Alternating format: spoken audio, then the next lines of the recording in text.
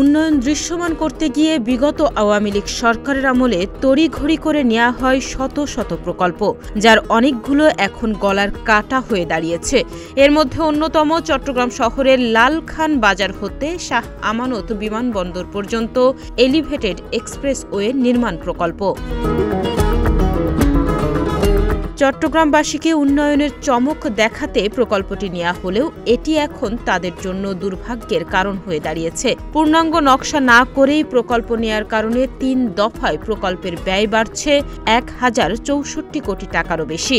সেই সঙ্গে ৩ বছরের প্রকল্পটি গিয়ে ঠেকেছে ৮ বছরে।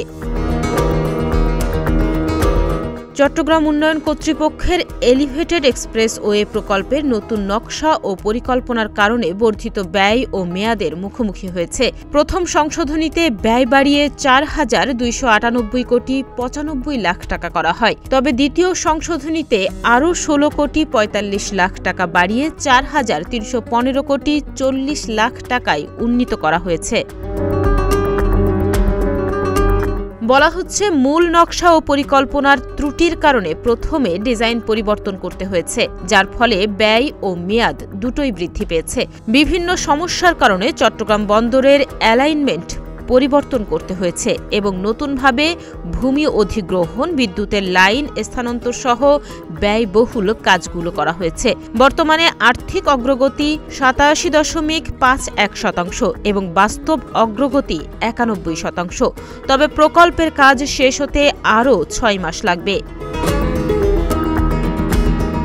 অন্যদিকে যান চলাচলের জন্য উন্মুক্ত করার পর নবনির্মিত এই এলিভেটেড এক্সপ্রেসওয়ে দিয়ে প্রাইভেট কার, সিএনজি ও মালবাহী ট্রাক চলাচল করলেও গণপরিবহন চলাচল করতে দেখা যায়নি। এ নিয়ে বাস চালকরাও অসন্তুষ্ট, কারণ এক্সপ্রেসওয়েতে যাত্রী ওঠানামার ব্যবস্থা নেই। বিশেষজ্ঞদের মতে যথাযথ ফিজিবিলিটি স্টাডি ও সঠিক নকশা করা না হওয়ার ফলে প্রকল্পটি কার্যকর হতে পারেনি। তারা আরও বলছেন, এক্সপ্রেসওয়েটি ব্যক্তিগত গাড়ির পরিবর্তে গণপরিবহন কেন্দ্রিক হওয়া উচিত ছিল।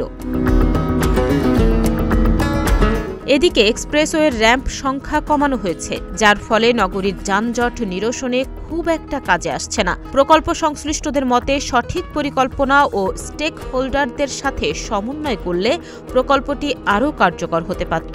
সিডিএর পক্ষ থেকে প্রকল্পের ব্যয় বৃদ্ধির কারণ হিসেবে র্যাম্প ও নিরাপত্তা প্রাচীর নির্মাণ এবং মাটির গুণগত মান দুর্বল হওয়াকেই দায়ী করা হয়েছে। মাটির গুণগত মান দুর্বল হওয়ায় পিয়ার ফাউন্ডেশনের ডিজাইন পরিবর্তন করতে হয়েছে, যা অতিরিক্ত ব্যয় বাড়িয়েছে। সব মিলিয়ে প্রকল্পটি সঠিক পরিকল্পনা ও বাস্তবায়নের অভাবে অকার্যকর অবস্থায় রয়েছে। এটি সঠিকভাবে বাস্তবায়ন করতে হলে আরও সময় ও অর্থের প্রয়োজন বলছেন সংশ্লিষ্টরা। তাহনিয়া ইয়াসমিন, প্রতিদিনের বাংলাদেশ।